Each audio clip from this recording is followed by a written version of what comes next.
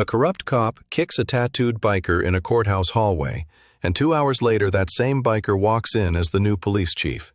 The courtroom gasps, the officer smirks, and he thinks his power is untouchable. But suddenly the man he humiliated is standing at the podium promising to restore integrity.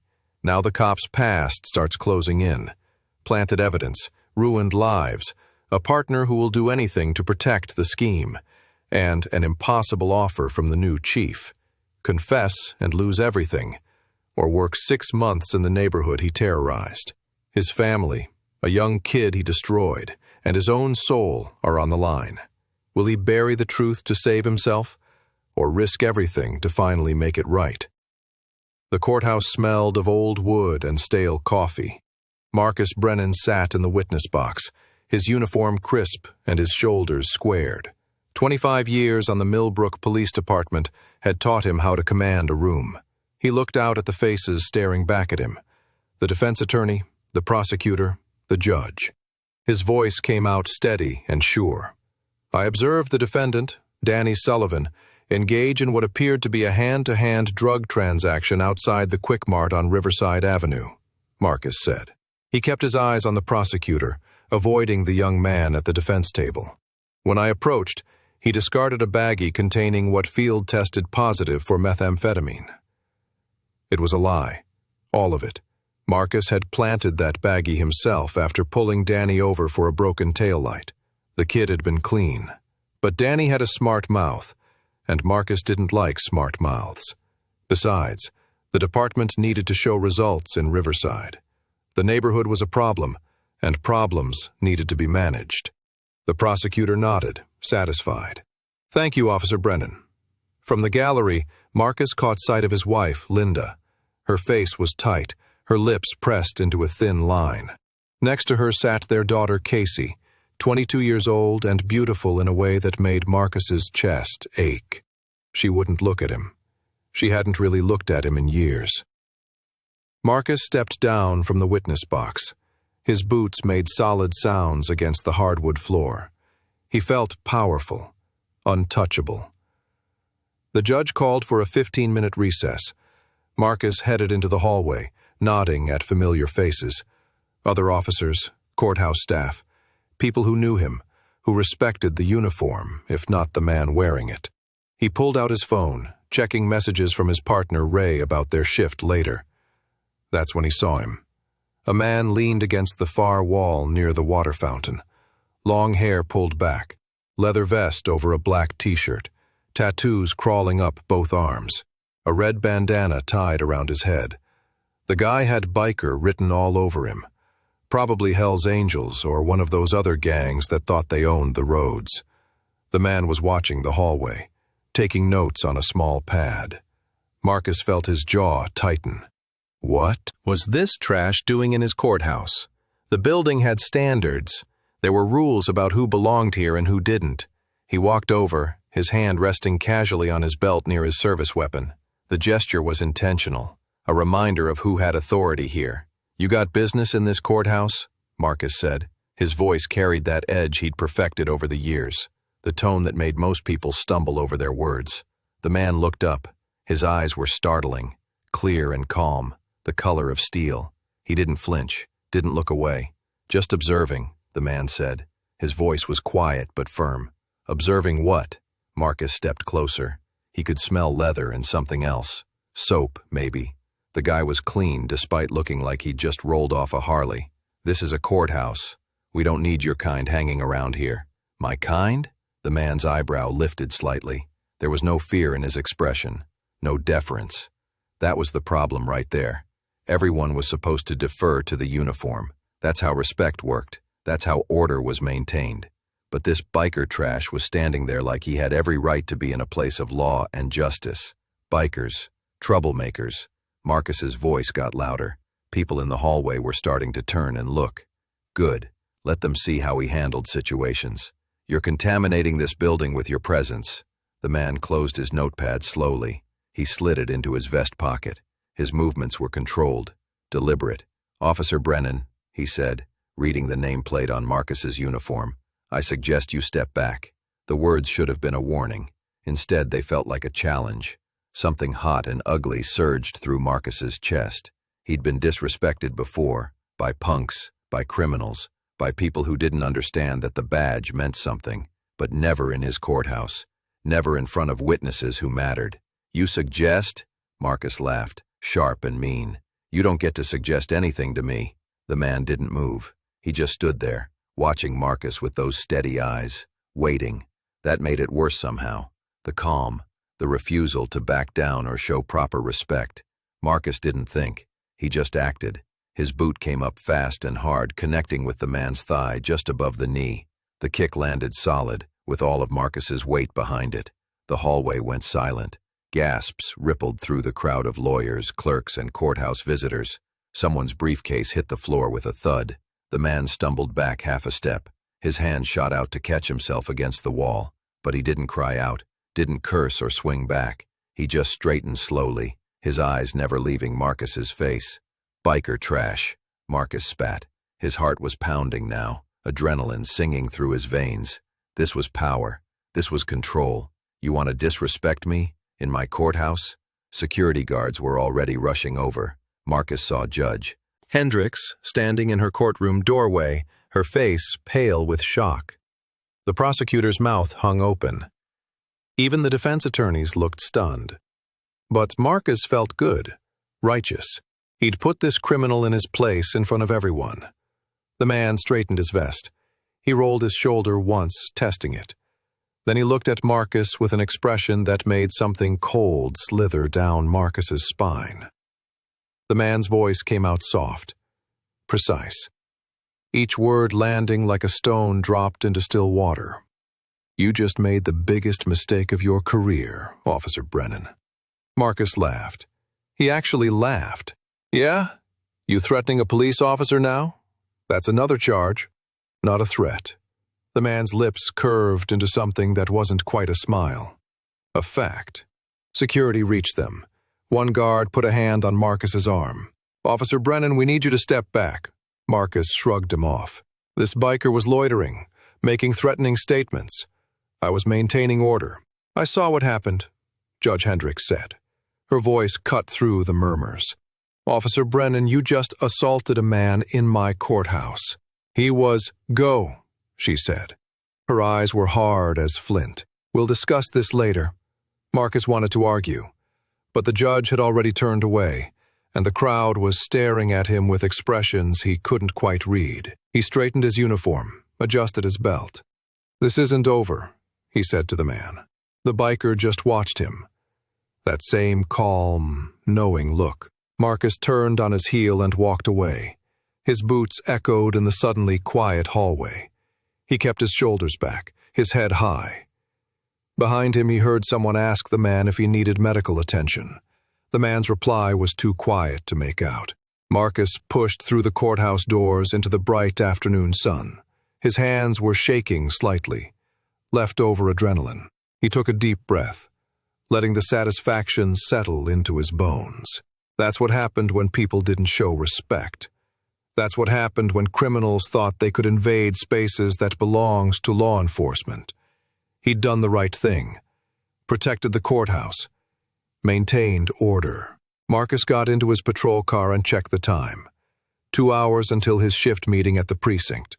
Enough time to grab coffee, maybe write up a report about the incident. Make sure his version got on record first.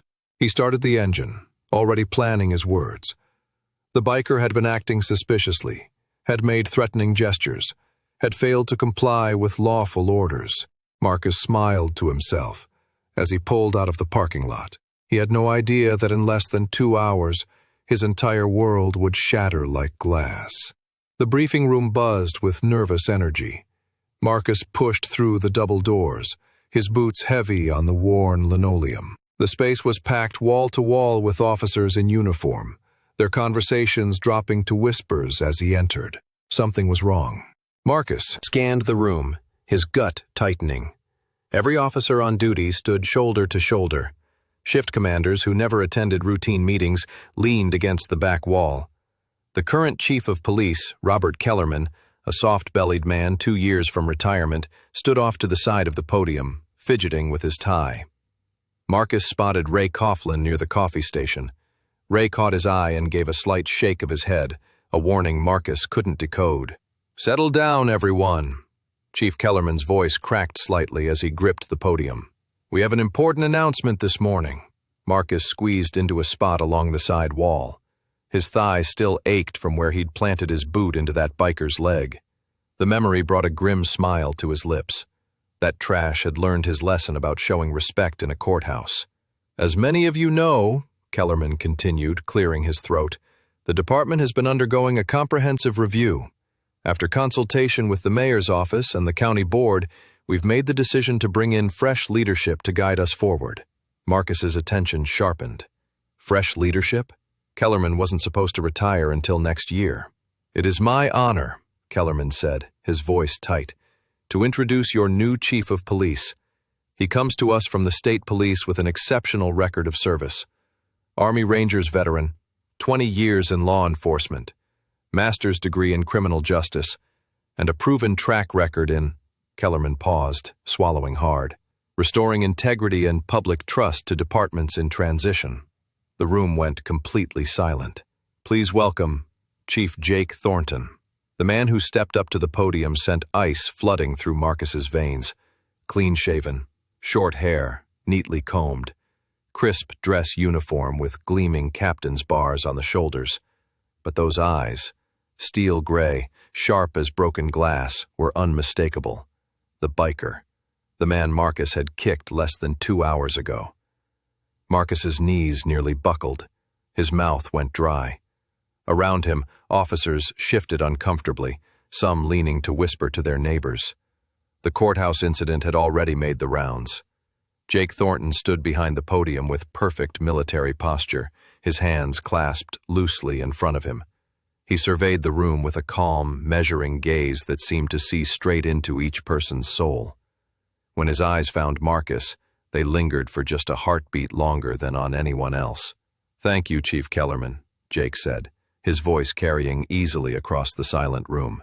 "And thank you all for the warm welcome." A few nervous chuckles rippled through the crowd. Everyone knew there had been no welcome, only shock. "I know transitions can be difficult," Jake continued.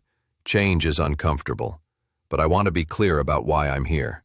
He paused, letting the weight of his words settle. "This department has a proud history. Good men and women have served this community with honor. But somewhere along the way, we've lost our way. Public trust has eroded. Complaints have gone unaddressed. And certain practices that have no place in modern policing, have been allowed to flourish." Marcus felt sweat trickling down his spine. Several officers shifted uncomfortably. "My mandate is simple," Jake said. "We're going to rebuild this department from the ground up. We're going to restore the community's faith in us, and we're going to do it by holding ourselves to the highest standards of integrity, accountability, and service." He let that sink in before continuing. "I've spent the last 3 months reviewing personnel files, incident reports, and community complaints. I know who you are. I know what you've does. I know what you've done, good and bad. Some of you are exactly the kind of officers this community deserves. Others," his jaw tightened slightly, "others have work to do." Marcus wanted to run, to disappear, to be anywhere but in this room under that penetrating gaze. "I believe in second chances," Jake said, his tone softening just slightly. "I believe people can change, but I also believe in consequences, in accountability. If you've compromised your oath, you have 2 choices. Own it, make it right, and commit to doing better, or find another line of work." The silence was deafening. "I look forward to working with all of you who share my commitment to real justice." The emphasis on that last word was unmistakable. His eyes found Marcus again, holding him in place like a pinned insect. Jake stepped back from the podium. "Shift commanders, please see me after this meeting. Everyone else, dismissed. Get back to protecting and serving this community the right way." The room erupted in shuffling feet and low murmurs. Marcus stood frozen as officers filed past him. Some shot him quick, nervous glances. Others smirked, enjoying his humiliation. Ray Coughlin materialized at his elbow. "We need to talk," he muttered. "Soon." Marcus barely heard him. His entire world had just collapsed. "Officer Brennan," Jake's voice cut through the noise like a blade. The room, already half empty, went silent again. Those still present turned to watch. Marcus's heart hammered against his ribs. "Sir?" "My office. Now." The last few officers scrambled to leave, suddenly very interested in being anywhere else. Chief Kellerman gave Marcus a pitying look before hurrying out. Marcus's legs felt like concrete as he walked toward the front of the room. Jake stood waiting, arms crossed, his expression unreadable. They walked in silence down the corridor to what used to be Kellerman's office. The door still had the old nameplate. Jake pushed it open and gestured for Marcus to enter. The office had already been transformed. Kellerman's golf trophies and fish photos were gone. In their place hung framed military commendations, a photograph of soldiers in desert camouflage, and a simple wooden plaque that read, "The only thing necessary for the triumph of evil is for good men to do nothing." Jake closed the door and moved behind the desk. He didn't sit, neither did Marcus. "I could fire you right now," Jake said quietly. "Assault on a superior officer, in front of a judge, lawyers, and civilians. Career ending doesn't begin to cover it." Marcus's throat was too tight to speak. "I've read your file, Officer Brennan, all 25 years of it." Jake leaned against the desk, studying him. "Bronze Star for bravery, 3 commendations for heroic action in your first 5 years. You saved a child from a burning car. You talked down a suicidal veteran. You were a good cop once." The past tense landed like a punch. "What happened to you?" Jake asked, and for the first time his voice carried something other than authority. It carried genuine curiosity, maybe even sadness. Marcus finally found his voice. "Does it matter?" "Yes." The word was firm, certain. Marcus looked away, unable to meet those steady gray eyes. "The job changes you. Every day you see the worst of people. Liars, thieves, addicts, abusers. You get tired of playing by rules that don't seem to matter. You cut corners, then you cut more. And one day you wake up and realize you've become the thing you used to fight against." Jake was quiet for a long moment. "That's the most honest thing you've said in years, isn't it?" Marcus's jaw clenched. "Are you firing me or not?" "No." Marcus's head snapped up. "What?" "I'm giving you a choice." Jake moved around the desk and pulled out a folder. He opened it, revealing photographs of the Riverside neighborhood. Run-down houses, cracked sidewalks, children playing in littered lots. "I'm implementing a new community policing initiative. You're going to be partnered with Reverend Thomas Whitfield at the New Hope Community Center. It's in the Riverside neighborhood." Marcus's stomach dropped. Riverside, the area he'd terrorized for years. "You'll work with at-risk youth," Jake continued. "Addiction recovery programs. Community rebuilding. You'll be there 6 days a week, 8 hours a day, for 6 months. And if I refuse, then you're terminated, and I file formal charges for assault. You'll lose your pension, your benefits, and quite possibly face jail time." Marcus felt trapped, cornered. "Why?" The word came out hoarse. "Why would you give me this?" Jake closed the folder. When he spoke, his voice carried a weight of memory. "Because someone once gave me a second chance when I didn't deserve it." Marcus stared at him. "I was an angry young man," Jake said quietly. "Made terrible choices. Ran with the wrong crowd. I was heading straight for prison or the morgue." He paused. "A cop named Captain Frank Morrison arrested me for assault. Could have thrown the book at me. Instead, he became my mentor, saw something worth saving, paid for my education, changed the entire trajectory of my life. So this is about paying it." "Forward?" Marcus couldn't keep the bitterness from his voice. "This is about giving you the same choice Frank gave me." Jake's eyes locked onto his. "You can keep going down the path you're on. Corruption, violence, destroying everything you touch. Or you can choose right now to become the man you used to be. The man who saved that child. Who talked that veteran off the ledge? Marcus felt something crack inside his chest. Something he'd buried for so long he'd forgotten it existed. "I don't know if I can," he whispered. "Neither did I." Jake extended his hand. "But Marcus, this is your only chance. You do this sincerely for 6 months, we'll reassess. You half-ass it or refuse and you're done. Understood?" Marcus looked at the outstretched hand. 25 years of service hung in the balance. His pension, his reputation, what little remained of his family. But more than that, somewhere beneath all the cynicism and corruption, a small ember of the man he used to be had survived. He looked at Jake, then at the folder on the desk and nodded. He took Jake's hand. Marcus stood in the doorway of the New Hope Community Center, his gut twisting. The building sagged like an old man who'd forgotten how to stand straight. Peeling paint curled off the brick walls.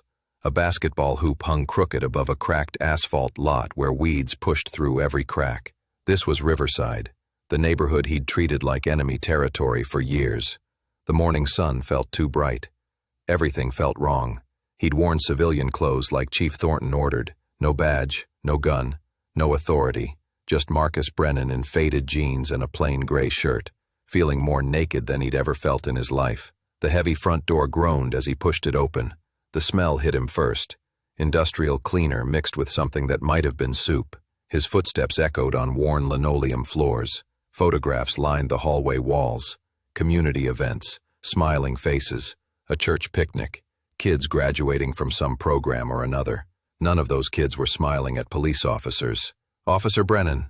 Marcus turned. The man approaching him moved with quiet dignity despite his 70-year-old frame. Reverend Thomas Whitfield wore a simple button-down shirt and khaki pants.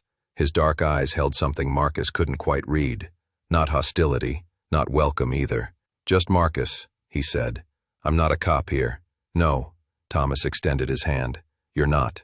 They shook. The Reverend's grip was firm and warm. "Chief Thornton tells me you're here for 6 months, Thomas said. "Community service." "That's right." "Why?" The question caught Marcus off guard. "What do you mean? Why are you here?" Thomas's voice stayed gentle, but his eyes didn't waver. "Not the official reason, the real one. Are you here because you want to change, or because you want to keep your pension?" Marcus opened his mouth, closed it. The honest answer shamed him. "Both," he finally said. "I'm here because I don't have a choice, but I'm also here because—" the words stuck in his throat. "Because I need to be." Thomas studied him for a long moment. Then he nodded, just once. "Fair enough. Come on, I'll show you around." The community center was bigger than it looked from outside. A gymnasium with a leaky ceiling. A commercial kitchen where volunteers prepared free lunches. Meeting rooms with mismatched furniture. A computer lab with ancient machines. Everything was clean but worn, held together by love and duct tape. "We serve 300 families in Riverside," Thomas explained as they walked. "Food assistance, job training, after-school programs, addiction recovery groups. Whatever people need, we try to provide." "On what budget?" Marcus couldn't help asking. "Faith and stubbornness," Thomas smiled slightly. "And donations from people who believe broken things can be fixed." They stopped outside a room at the end of the hall. Through the window, Marcus saw teenagers sprawled in chairs. Some had headphones on. Others stared at phones. One girl drew in a sketchbook. A boy slumped with his hood pulled low. "This is where you'll spend most of your time," Thomas said. "After-school program. Ages 13 to 18. Kids who need structure and support." Marcus's stomach dropped. "I'm not a teacher." "No, you're a police officer with 25 years of experience. You know the streets. You know the systems. You know what happens when young people make bad choices." Thomas's voice stayed gentle but firm. "These kids need honest adults who won't give up on them. They're going to hate me. Probably." Thomas opened the door. "Let's find out." The room fell silent when they entered. Every head turned. Every eye locked on Marcus with immediate recognition and suspicion. "Morning, everyone," Thomas said warmly. "This is Marcus Brennan. He'll be working with us for a while." A boy in the back, maybe 16, with cornrows and a Sixers jersey, laughed bitterly. Working with us. That's what we're calling it?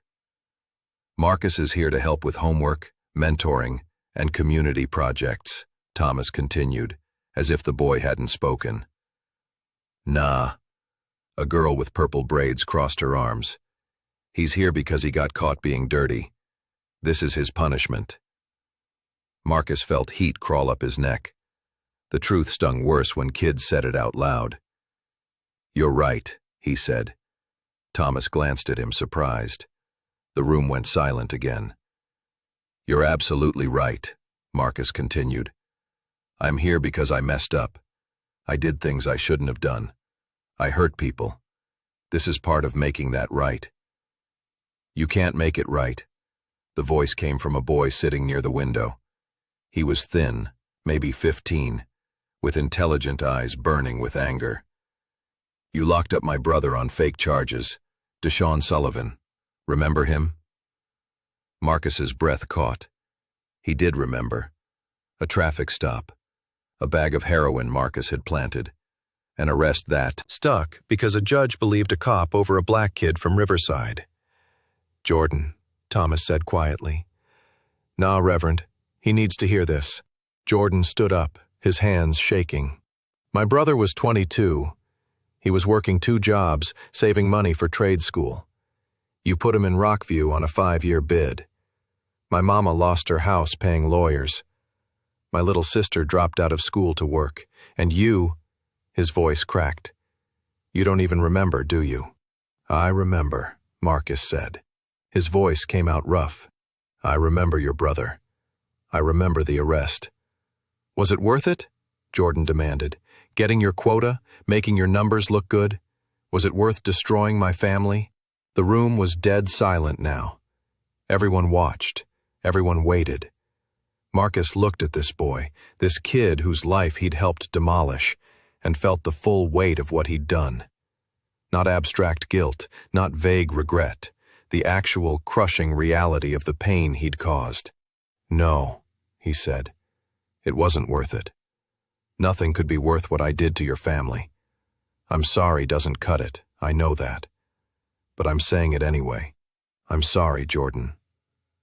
Jordan stared at him. Then he grabbed his backpack and walked out. The door slammed behind him. No one else moved. Thomas broke the silence. Marcus, why don't you take a seat over there? Everyone else, back to your assignments. The next 3 hours were the longest of Marcus's life. He sat in a plastic chair while teenagers worked on homework, pointedly ignoring him. When he tried to help a girl with algebra, she moved to a different table. When he offered to check a boy's essay, the kid said he'd rather fail. By noon, Marcus's head pounded. He'd never felt so useless. Thomas found him in the hallway during lunch. Rough morning?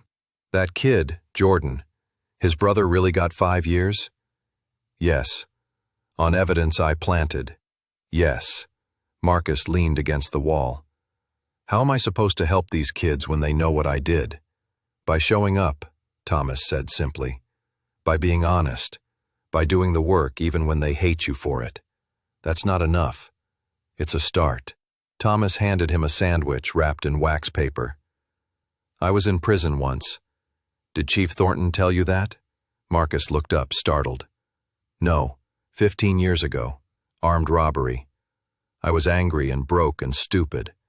I held up a convenience store with a gun I didn't even know how to use. Thomas's voice stayed calm, matter of fact. I got 8 years, served 6. You? Me.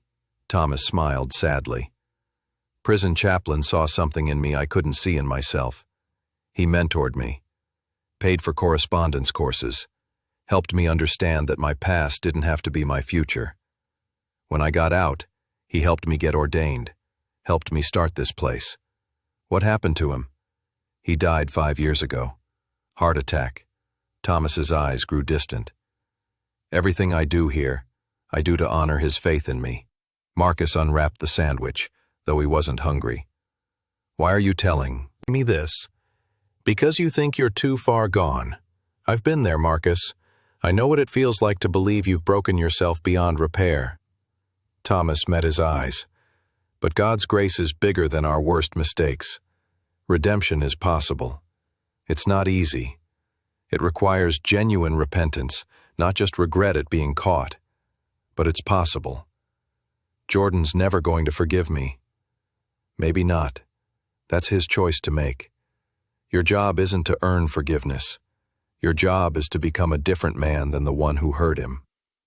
They ate in silence for a while. Through the window, Marcus could see kids playing basketball in the parking lot. Jordan sat alone on a curb, his back to everyone. "How do I do that?" Marcus asked. "Become different. One day at a time," Thomas said. "One choice at a time, one kid at a time. You keep showing up. You keep being honest. You keep trying to help, even when they don't want your help. Eventually, maybe they'll see the change. Maybe they won't, but you'll see it. And that's what matters." Marcus finished his sandwich. It tasted like cardboard, but he swallowed anyway. "Come on," Thomas said, standing. "Afternoon session starts in 10 minutes. That afternoon dragged as slowly as the morning. Marcus tried to make himself useful. He cleaned up the computer lab. He organized donated books. He sat quietly in the back of the room while Thomas led a discussion about college applications. When a boy asked him a direct question, "Why should we trust anything you say?" Marcus gave the only answer he had. "You shouldn't. Not yet. I have to earn that." At 5 o'clock, Thomas dismissed everyone. The teenagers filed out, most of them still refusing to look at Marcus. Jordan was the last to leave. He paused in the doorway, his hand on the frame. "My brother had a basketball scholarship," he said without turning around. "Full ride to Temple University. They pulled it after you arrested him." Jordan walked out, the door closing softly behind him. Marcus stood alone in the empty room, the silence ringing with all the mistakes he would have to spend a lifetime trying to mend. Marcus stood at the sink in the cramped staff bathroom of New Hope Community Center, splashing cold water on his face. His reflection stared back at him, eyes bloodshot, jaw tight, a man drowning in shallow water. Ray's ultimatum echoed in his head like a siren he couldn't silence. "You're either with us, or you're a rat." 3 weeks had passed since that confrontation. 3 weeks of dragging himself to the center each morning, forcing smiles at kids who saw straight through him, going through motions that felt increasingly hollow. The weight of the choice before him pressed down like concrete settling on his chest. Plant evidence on Jake Thornton, destroy the one man who'd offered him mercy, or confess everything, lose everything. He dried his face roughly and headed back to the common room where today's after-school session was already underway. The familiar chaos greeted him. Teenagers clustered in small groups, some working on homework, others talking loudly, a couple shooting hoops at the far end. Jordan Sullivan sat alone at a corner table, headphones on, bent over a notebook. The kid hadn't spoken directly to Marcus since that first explosive encounter about Deshaun. The silence between them was a living thing, thick and accusatory. Marcus approached slowly. "Jordan, you got a minute?" The boy didn't look up. His pencil kept moving across the page. "Please," Marcus said, his voice quieter than he'd intended. Jordan pulled off one earphone. "What? I want to apologize. Really apologize. Not the garbage I said before." Marcus pulled out a chair but didn't sit. "What I did to your brother. You got him 5 years. Jordan's voice was flat, factual. Somehow that was worse than anger. "My mom works 3 jobs now. My sister Kiara dropped out of school to help. Deshaun had a full ride to Temple. Basketball. He was going to make it out." Each word landed like a fist. Marcus felt his throat tighten. "I know." "You know?" Jordan's eyes blazed. "You know? That's supposed to fix it?" "No." Marcus shook his head. "Nothing fixes it. But I need you to understand. I see what I did. I see it now. Your family. Danny Sullivan's family. All the people He stopped, swallowed hard. "I was wrong. I was corrupt. I told myself I was doing my job, keeping the streets safe, but I was just protecting myself, making myself feel powerful. Jordan studied him with eyes far too old for 15. So what? You expect me to forgive you? No. The word came out broken. I don't expect anything. I just needed you to know I finally see the truth. For a long moment, Jordan said nothing. Then he put his headphones back on and returned to his work. Marcus stood there, dismissed, and walked away. It hurt. God, it hurt. But it was honest pain, real pain, not the numbing cynicism he'd wrapped around himself for years. That evening, Marcus sat with Reverend Thomas in the small office tucked behind the community center's kitchen. The older man poured them both coffee from a battered pot that had seen better days. "You look like a man at war with himself," Thomas observed. Marcus laughed bitterly. "That obvious? I've worn that same face." Thomas settled into his chair with the kind of stillness that only comes from walking through fire and surviving. "What's weighing on you, son?" The kindness in those words almost broke him. Marcus stared at his coffee. "You told me you went to prison. Armed robbery. 6 years. Minimum security, but prison all the same. What happened after?" Thomas leaned back, memories playing across his weathered features. "Lost everything. My girlfriend left, my family disowned me. Got out with $47 and a garbage bag full of clothes." He paused. "But I also got out with something else. A purpose. The chaplain who mentored me. Inside, Brother Michael, he gave me a vision for what my life could be. He said, 'Thomas, your past doesn't have to be your prison. Use it as a foundation for something new.'" "How?" Marcus's voice cracked. "How do you build on wreckage?" "You don't build on it. You build from it." Thomas met his eyes. "You acknowledge every brick of that destruction. You name it, own it, make amends where you can. And then, with God's help and a community willing to walk with you, you start laying down new foundation, one honest stone at a time."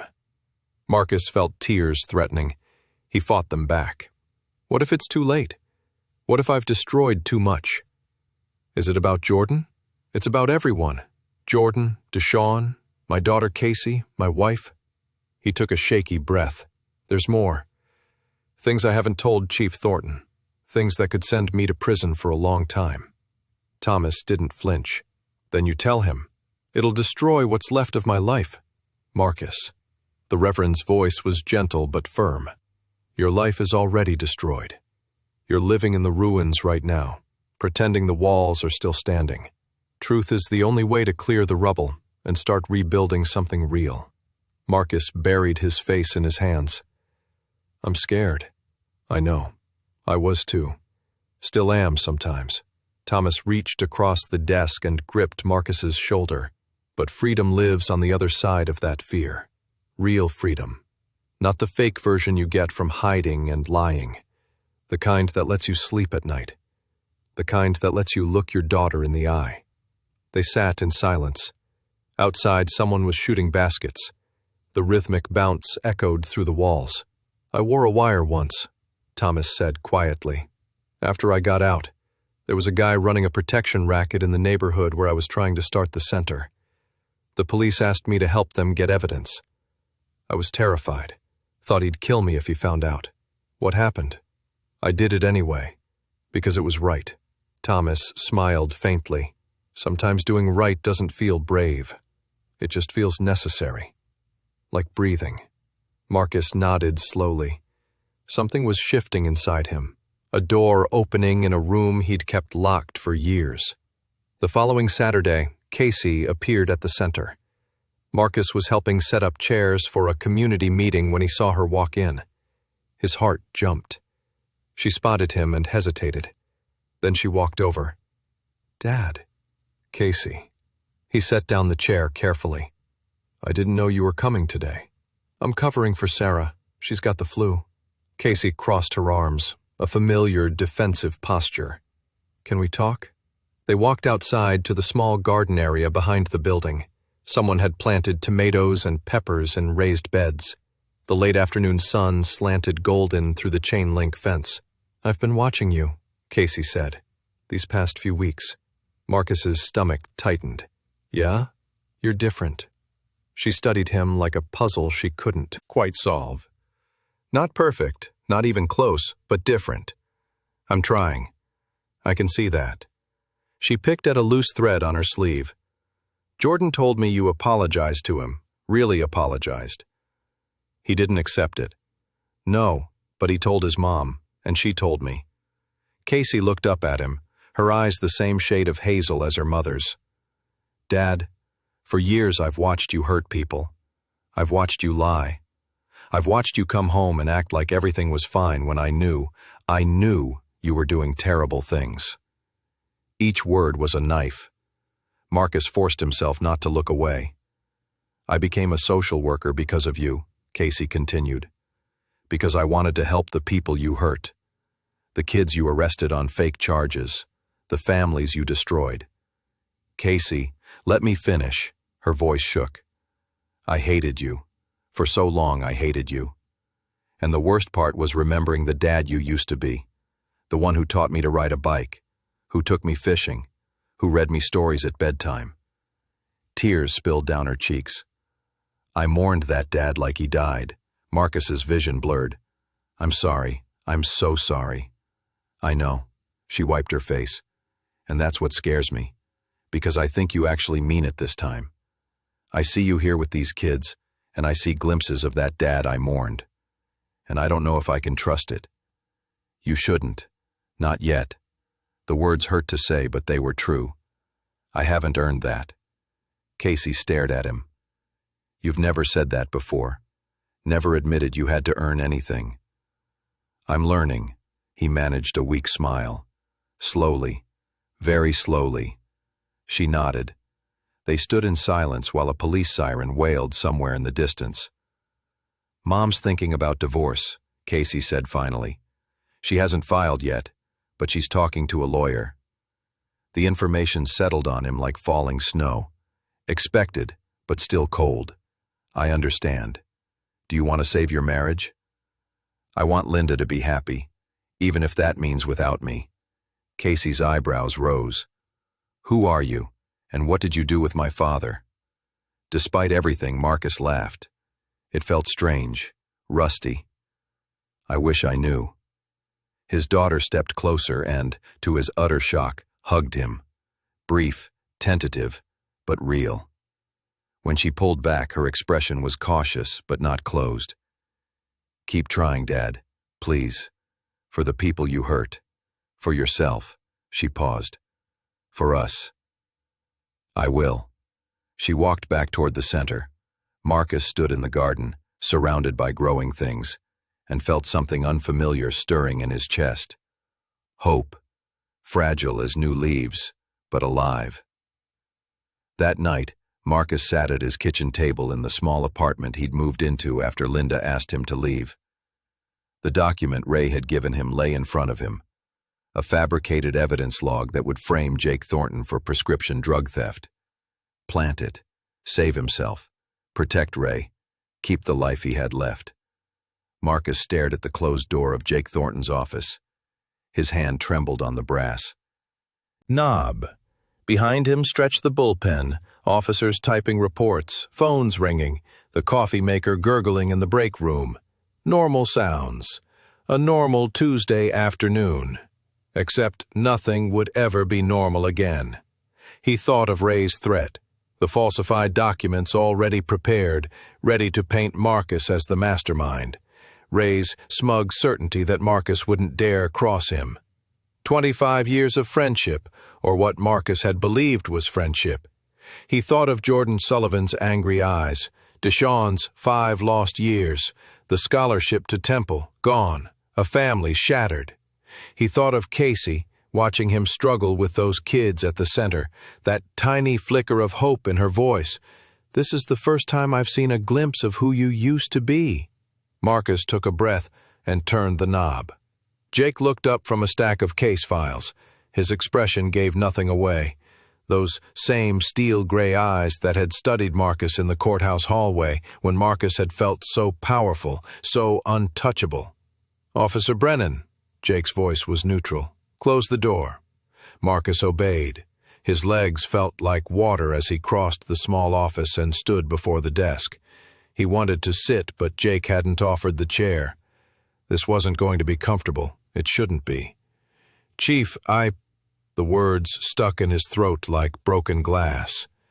Jake set down his pen. He leaned back in his chair and waited. Marcus forced himself to meet those steady eyes. "I need to tell you everything, starting with the arrest of Deshaun Sullivan." Something shifted in Jake's face. Not surprise exactly, more like a door opening. "Sit down, Marcus." Marcus sank into the chair. His hands gripped his knees to stop their shaking. "Deshaun Sullivan was clean," Marcus began. The words came haltingly at first, then faster, like a dam breaking. "I pulled him over for a broken taillight. That part was legitimate.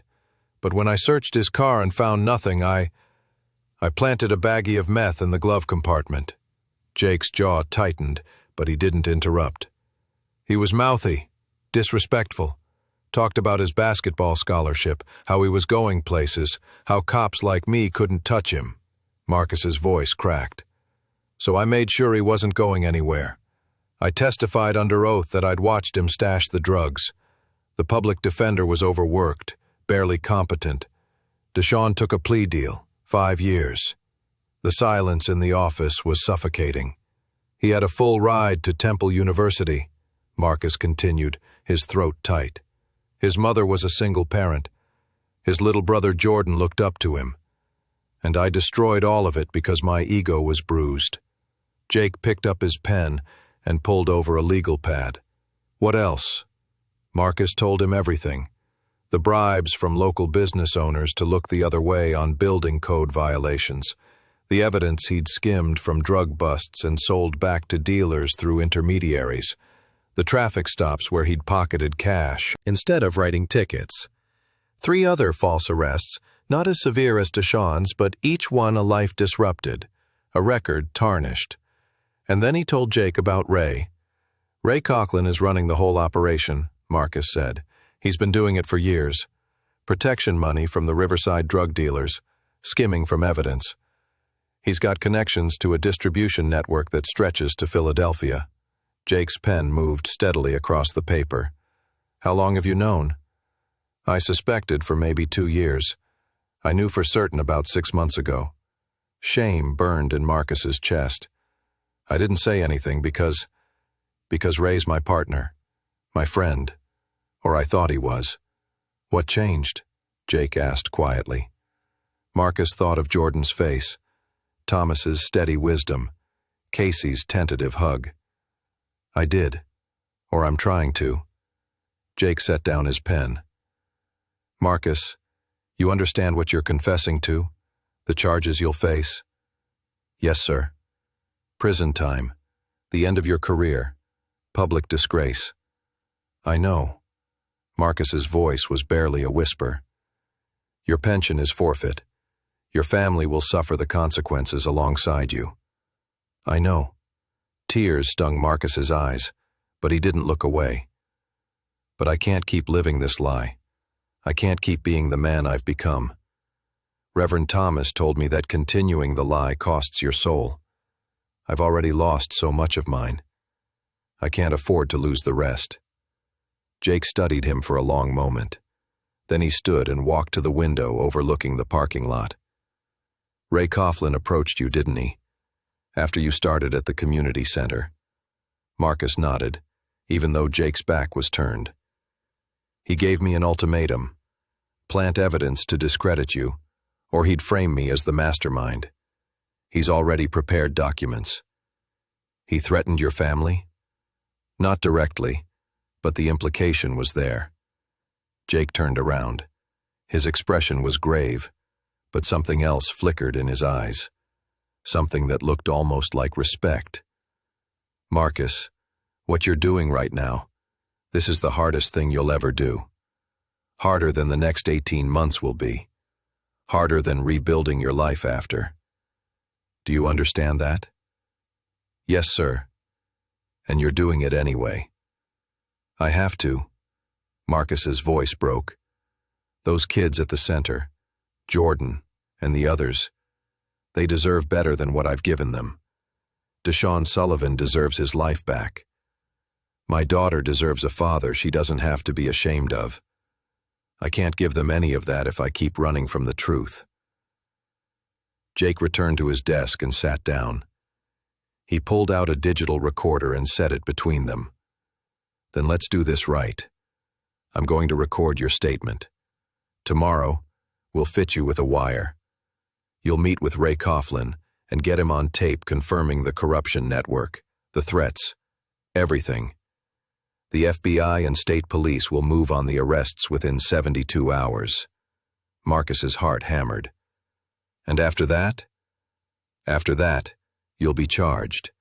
The State Attorney General will determine the exact counts, but you're looking at evidence tampering, civil rights violations, corruption under color of authority. Your cooperation will be noted, and I'll personally advocate for the minimum sentence I can. But Marcus, you will serve time.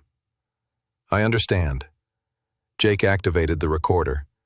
Before we begin, I need to ask you one more time. Are you doing this of your own free will? Has anyone coerced you or promised you leniency in exchange for cooperation? No, sir. I'm doing this because it's right.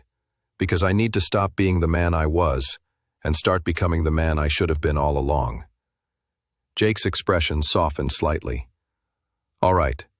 Let's start from the beginning. State your name and badge number for the record. The next 36 hours blurred together in a haze of anxiety and determination. Marcus wore the wire, a tiny device taped to his chest beneath his shirt, and met Ray at their usual spot, a diner on the edge of town. Ray slid into the booth across from him, his face tight with impatience. Well, did you do it? Marcus forced himself to look casual. His pulse thundered in his ears, but he kept his voice steady. The pills are in Thornton's desk drawer, just like you said. I planted them this morning during the shift change. Ray's shoulders relaxed. Good man. I knew you wouldn't let me down. But I need to know something. Marcus leaned forward. These documents you have, the ones that make me the mastermind, are they convincing? Ray smirked. Marcus, I've been doing this for 15 years. They're bulletproof. Forged requisitions with your signature. Emails from accounts that trace back to your home computer. Bank deposits that match the timeline of every major evidence skim. If Thornton's investigation comes anywhere near us, you'll take the fall, and I'll walk away clean. And the others? The 6 guys in the network? They know the deal. Keep their mouths shut, and they're protected. Start talking, and they'll go down with you. Ray signaled the waitress for coffee. This is how it works, Marcus. You think I got where I am by trusting people? Insurance. I have insurance on everyone. Marcus thought of the recorder picking up every word. What about the drug money? The protection rackets in Riverside? Ray waved a hand dismissively. Small-time operation. Clears maybe 50 grand a year, split 6 ways. The real money is in the evidence room. You know how much cocaine and heroin passes through this department every month? We skim 10% off every major bust.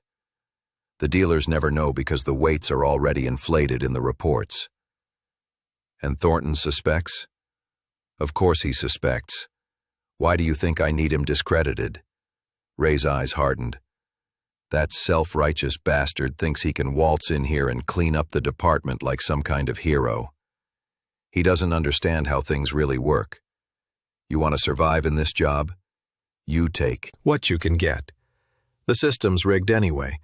We're just getting our fair share. Marcus felt sick.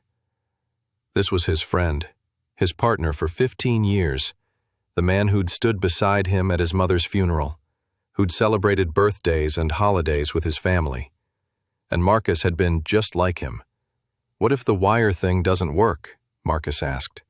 What if Thornton figures it out? Ray leaned across the table. Then we go to Plan B, anonymous tip about his past. I've done some digging. Jake Thornton wasn't always the golden boy. He ran with a motorcycle club when he was younger, got arrested for assault. Nearly went to prison. We leak that to the press, make people question his judgment. Hell, maybe plant some evidence that he's still connected to criminal elements. You'd do that? Marcus, wake up. This is survival. It's us or him. And I don't plan on losing. The wire captured it all. 72 hours later, the arrests began, and Marcus felt both a deep dread and a fragile, surprising relief as the truth finally started to surface. Marcus stood on the worn steps of the minimum security facility, blinking in the bright morning sunlight. 18 months had passed since he'd last breathed free air. The weight of his prison uniform, now exchanged for simple jeans and a borrowed jacket, still pressed on his shoulders, an invisible burden he knew would never completely lift. A familiar car pulled into the parking lot. Reverend Thomas stepped out first, his warm smile unchanged. Behind him, Casey emerged, and Marcus's breath caught in his throat. In her arms, wrapped in a blue blanket, was a baby. "Dad," Casey's voice trembled. "Meet Thomas Marcus." Marcus couldn't move. His legs locked, his throat closed. The grandson he'd never known existed blinked up at him with curious, dark eyes. "I didn't tell you," Casey said softly, stepping closer. "I wasn't sure. I wasn't sure if you'd still be the man I saw changing. But your letters, the work you did in there, the classes you took." She smiled through tears. "This is my son, your grandson, named after the two men who showed me what real redemption looks like." Marcus's knees buckled. Thomas caught him, steadying him with one strong arm. "Easy now, brother," the Reverend murmured. "You've got a family waiting for you, a life waiting for you." Marcus reached out with shaking hands. Casey placed the baby in his arms. The tiny weight settled against his chest, and something broke open inside him. Something hard and frozen that had been locked away for years. He wept, holding his grandson, feeling the warmth of this new life against his heart. "I don't deserve this," he whispered. "None of us deserve grace," Thomas said gently. "But we receive it anyway. That's what makes it grace." The drive to Millbrook passed in a blur. Linda was waiting at the small apartment they'd agreed to try sharing again. Separate bedrooms, marriage counseling twice a week, one day at a time. Hugged him briefly, awkwardly, but her eyes were softer than they'd been in years. "Welcome home, Marcus. Thank you for being willing to try." She nodded. "I'm not making any promises, but I'm here. That's a start." That afternoon, the New Hope Community Center held a Welcome Home and New Beginning gathering. Marcus had been nervous about attending, worried that his return would be unwelcome, but Thomas insisted. "This isn't about celebrating you," Thomas had explained. "It's about celebrating what's possible.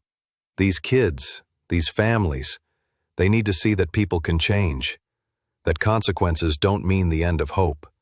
The center's main room was decorated with simple streamers and handmade welcome signs. Families Marcus had come to know through letters and limited visits during his incarceration filled the space. Jordan Sullivan stood near the refreshment table, taller now, his face more mature. Their eyes met. Jordan approached slowly, deliberately. "Mr. Brennan."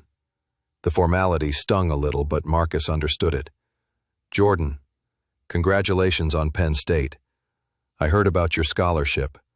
"Full ride," Jordan said, his voice neutral. "Criminal justice program. I'm going to be a defense attorney." Marcus nodded. "To protect people from cops like I used to be." "Exactly." Jordan's expression remained guarded. Then, after a pause, he added, "But also to work with cops like Chief Thornton.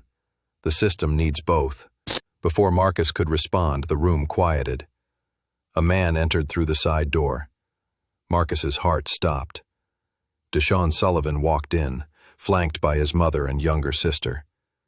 He looked thinner than Marcus remembered from the arrest photos, his face carrying the hardness that prison etched into everyone. But his eyes were clear, free. The room held its breath. Deshawn approached Marcus directly. The distance between them felt like miles. When Deshawn stopped, they were only feet apart. "Mr. Sullivan," Marcus said quietly. I know what you're going to say." Deshawn's voice was steady, controlled. "You're sorry. You destroyed my life. You took 5 years from me." "Yes," Marcus didn't look away. "All of that is true. There's nothing I can say that makes it right." "No, there isn't." Deshawn crossed his arms. The silence stretched, painful and necessary. Then Deshawn exhaled slowly. "But you also told the truth. When you didn't have to. When it cost you everything. You could have stayed quiet, let me rot in there, and maybe protected yourself. You didn't." Marcus's throat tightened. "I don't know if I can forgive you yet," Deshawn continued. "Maybe not ever. But I respect that you finally did the right thing. Because of that, I was there when my little sister graduated high school last month. I'm here now, applying to community college. I get to rebuild my life. So," he extended his hand. "Thank you for that." Marcus stared at the offered hand, then slowly reached out and shook it. The grip was firm, brief, but real. "I'll spend the rest of my life trying to make up for what I took from you," Marcus said. "You can't make up for it," Deshawn replied honestly. "But you can make sure it doesn't happen to someone else. That's what I need you to do." After Deshawn moved away to join his family, Jake Thornton appeared at Marcus's side. The chief looked exactly as Marcus remembered, steady, authoritative, but with that same unexpected warmth. "Marcus, good to see you." "Chief Thornton, I wasn't sure you'd come.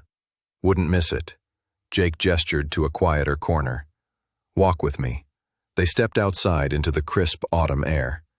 The riverside neighborhood looked different than Marcus remembered, cleaner, more hopeful. New community murals decorated buildings. The playground equipment had been replaced.